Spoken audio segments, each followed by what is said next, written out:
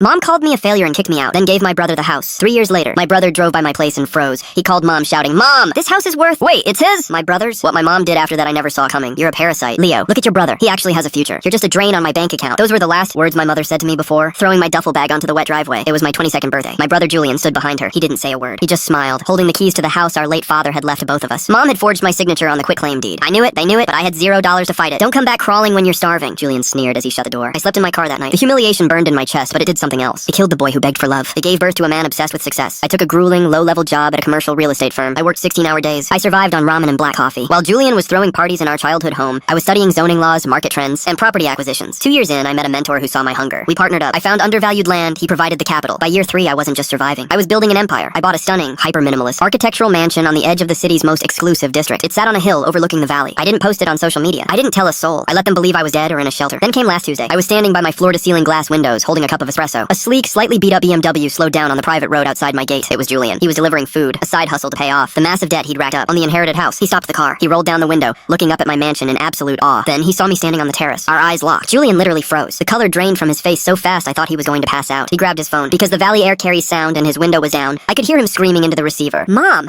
you need to listen to me. I just saw Leo. No, he's not homeless, Mom. This house he's standing in. It's worth at least $4 million.